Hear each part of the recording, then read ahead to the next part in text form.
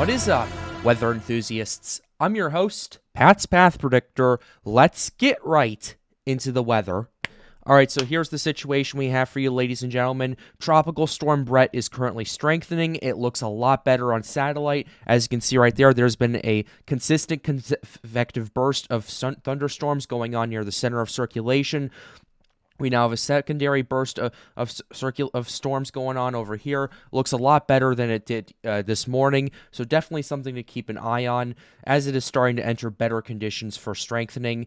We now have a tropical storm watch issued for Barbados. Winds have increased to 45 miles per hour. Tropical storm force winds still extend 45 miles from the center, and the pressure is 1,006 millibars.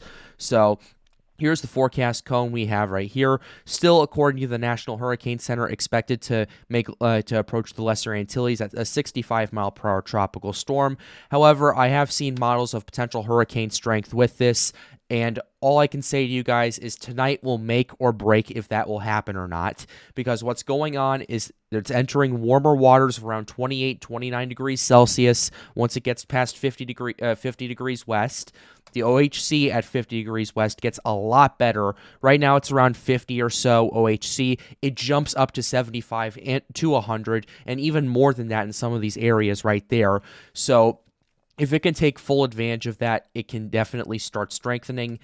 However, if we take a look at the shear, there is evidence that it is starting to impact it a little bit. This shear over here is starting to impact the system just a little bit. It does look a little lopsided on satellite. However, I have seen a lot worse. Tropical storm Hurricane Fiona, for example, there was around 20, 30, 40 knots of shear, and it still started really strengthening and overcoming that. So that's what we're looking at right here. I'm going to go ahead and show you the visible shortwave right here, and just to tell you what's going on. More stuff is firing up, more stuff is firing up at the center. Things are starting to look a little bit better, Still not as great as yesterday of a structure, but it is organizing. It is starting to strengthen, and I still could definitely see a hurricane out of this right here. We're going to go ahead and show you the track models, the latest ones, and then the intensity models right here. As we can see with the track models, a lot of these models have this thing moving through the Caribbean into Nicaragua, Honduras, if the shear doesn't tear it apart. Because if we take a look at the shear, it is starting to, if we take a look at it, I'm going to go ahead and go back a little bit. It's a little bit stubborn. It has receded about 20 miles or so, but still it's around 25 to 30 knots or so. So depending on how strong it is will depend on how quickly this will get torn apart. So those are the track models. The H-Wharf is the outlier, having this approaching Dominica and then Puerto Rico right there. Intensity models, majority of this keeps this at a strong tropical storm, maybe a weak hurricane. The H-Wharf is going off on a limb, going up to Category 3 strength right there. It's still holding out. So definitely something we need to keep an eye on as time continues to go on. We're going to go ahead and show you the latest runs of these models right here. We're going to go ahead and start with the HMON. This is the 12Z run, and we're going to go ahead and show you that. As you can see with the 12Z, it still remains around tropical storm strength right here as it moves through the Lesser Antilles, eventually gets killed off in the Caribbean Sea over there. Now we're going to go ahead and show you the HFASA right here. And then this thing's starting to organize, develop. Potentially a mid-range Category 1 hurricane is possible as it's approaching the Lesser Antilles right here. And it is going to be approaching Martinique and Dominica right here. But it is going to start weakening due to that wind shear in the Caribbean Sea right there. So that's definitely an interesting situation right there. The B run of this right here, also similar strength right here. Has it potentially as a strong tropical storm or weak hurricane before approaching the Lesser Antilles and then starting to get torn apart as a tropical storm right here and right there due to the wind shear. Now we're going to go ahead and show you the H-Wharf run. And the H-Wharf run basically has this thing just organizing and strengthening in the next 48 hours right here, getting down to a 979 millibar hurricane. That's around Category 2 strength.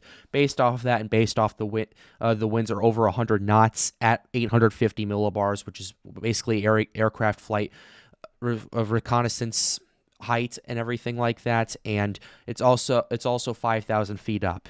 And then things really start to ramp up as it's approaching Dominica and Martinique at this point. Right here, it gets down to 960 millibars, gets down to 953 in the Caribbean Sea right here before things start to weaken a little bit. If we take a look at this, and we're going to get the sounding pulled up in just a second, we're looking at winds of around 100 knots or 115 miles per hour at the surface in some of these areas right there. So the H-Wharf is calling for Category 3.